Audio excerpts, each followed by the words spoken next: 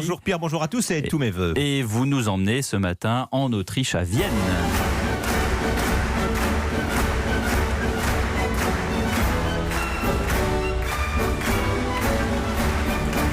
La célèbre marche de Radetzky. Il faut applaudir d'ailleurs. Enfin, il faut applaudir. Faut soutenir. Faut soutenir avec le temps. Oui, c'est le symbole musical de ce 1er janvier, n'est-ce pas? La marche qui clôt le traditionnel concert du Nouvel An qui débutera comme chaque année à 11h15 et qui sera retransmis à la télévision dans près de 100 pays. Ça augmente tous les ans, dont la France, évidemment. Et ce rendez-vous musical existe depuis quand? Alors l'histoire est très très longue. Je vais essayer de la résumer en 3 phrases. C'est à l'occasion de l'inauguration de la salle dorée du Musikverein de Vienne, la Golden Saal, le 6 janvier 1870, donc le 6 janvier, qu'a eu lieu ce qui peut être considéré comme le tout premier concert du Nouvel An.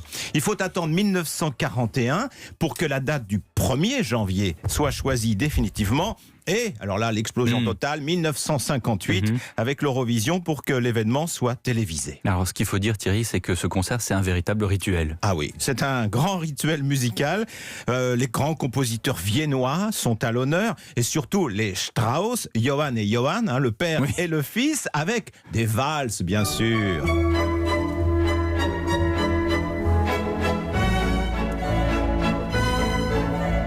Et le célèbre rubato de cet orchestre de Vienne. Et ouais, vous avez aussi, alors de manière un peu plus active, énergique, des polkas.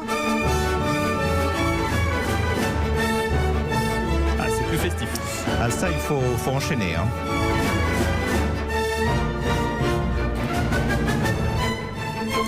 Alors chaque année, le chef change et il faut dire c'est l'orchestre lui-même, l'orchestre philharmonique de Vienne, qui choisit le chef qui va diriger le concert.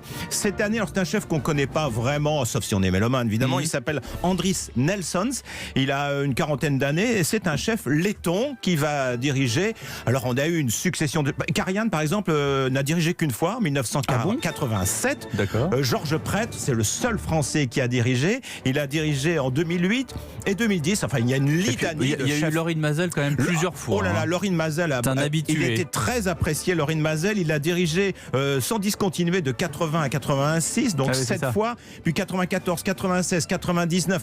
Il était très apprécié des musiciens, puisque je vous dis, ce sont eux qui choisissent. Alors on peut voir ce concert à la télé et on peut y assister aussi. Alors ça c'est très compliqué. Je vais quand même vous donner des informations. En raison de la très forte demande, les places sont attribuées par tirage au sort. Et il y a 2854 places, c'est la jauge de la salle dorée du Musikverein. Oh là là, des milliers, des centaines de milliers. Et alors pour assister au concert de l'année prochaine, il faut s'inscrire à partir d'aujourd'hui jusqu'au 29 février sur le site de l'Orchestre Philharmonique de Vienne. Je dois vous dire, en fait, je vais tout vous dire. Il y a 3 concerts avec des prix différents. Pour le 1er janvier, les places vont de 35 € à près de 1100 €. Ça, c'est le plus prestigieux. C'est celui qu'on voit à la télévision. Voilà. Vous avez aussi le concert de la Saint-Sylvestre, une espèce de répétition, un peu moins cher, jusqu'à 800 €. Et la répétition générale, le 30 décembre, jusqu'à environ 500 €. Alors, multiplié par 2, parce qu'en général, on partage le plaisir. Et puis, vous n'oubliez pas de vous faire beau. Parce que, vous regardez la télé, ils sont tous très très beaux. Il faut bien s'habiller. Voilà, pour ce concert exceptionnel. Vous avez eu la chance d'y assister, vous? Jamais. Jamais? Il faut que je m'inscrive. Vite, Mais on va s'inscrire ensemble. On peut visiter la salle en dehors de tout concert. Si vous allez à Vienne, c'est sublime, même sans musicien. Merci pour ce périscope, mon cher Thierry Geffrotin.